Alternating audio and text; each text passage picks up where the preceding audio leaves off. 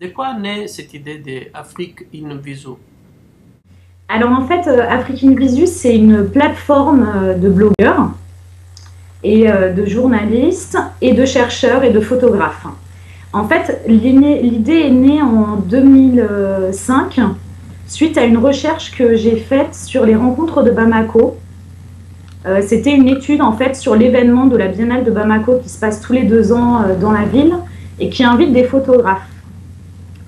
Suite à cet événement, en fait, on s'est rendu compte avec mon collaborateur Baptiste de Vidavray qu'il y avait des manques dans le milieu de la photographie en Afrique. Entre autres, il y avait très peu de réseaux et de collaboration entre les photographes africains. Et donc, on a monté le projet en 2006 à Bamako avec l'école de photographie de Bamako qui s'appelle le CFP. Comment vous soutenez les dépenses pour ce blog?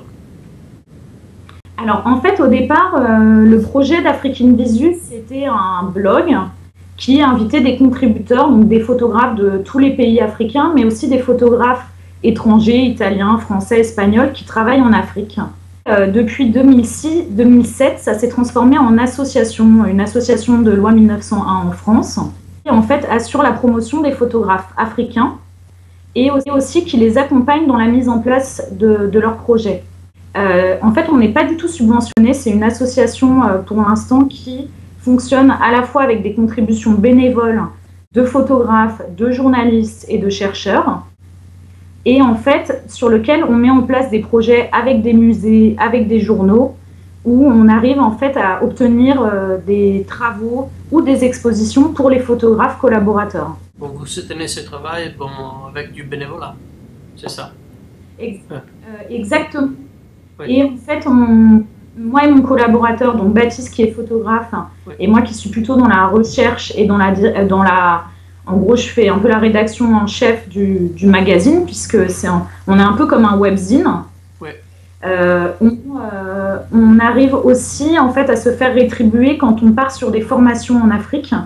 Donc, on va faire des formations à, par exemple, comment monter un blog culturel, ou en 2007, nous avons dirigé le BKO Photo, qui était le journal de la Biennale de Bamako, où on a fait une formation à des jeunes blogueurs, des jeunes BDistes, sur la mise en place d'un blog culturel.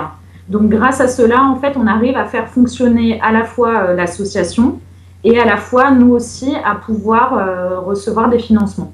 Votre activité regarde plutôt la partie francophone de l'Afrique ou c'est partout en Afrique? Alors, aujourd'hui, en fait, le problème est que Afrique in Visu est que dans une version, donc dans une langue qui est la langue française.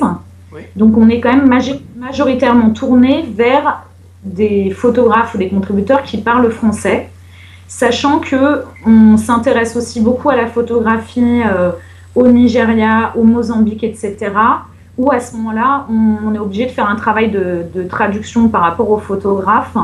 Mais on essaye quand même de montrer aussi ce qui se fait dans une Afrique qui n'est pas forcément l'Afrique de l'Ouest. Parce qu'on travaille aussi sur le Maghreb.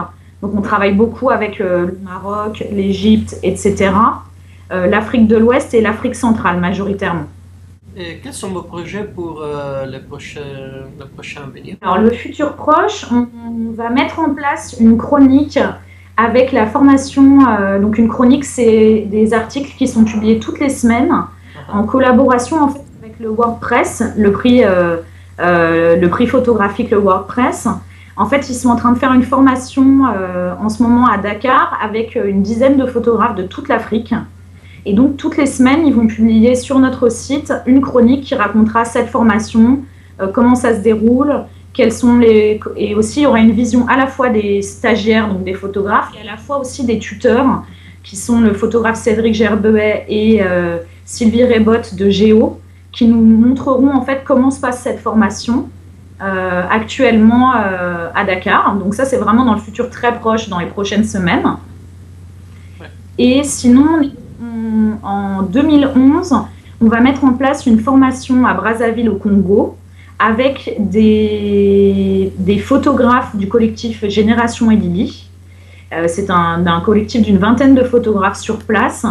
On va mettre en place en fait une formation qui sera sur les réseaux culturels en Afrique, où on invitera à la fois des chercheurs, des photographes et des gestionnaires de projets culturels à collaborer ensemble. Congratulations et merci pour cette interview. Merci beaucoup.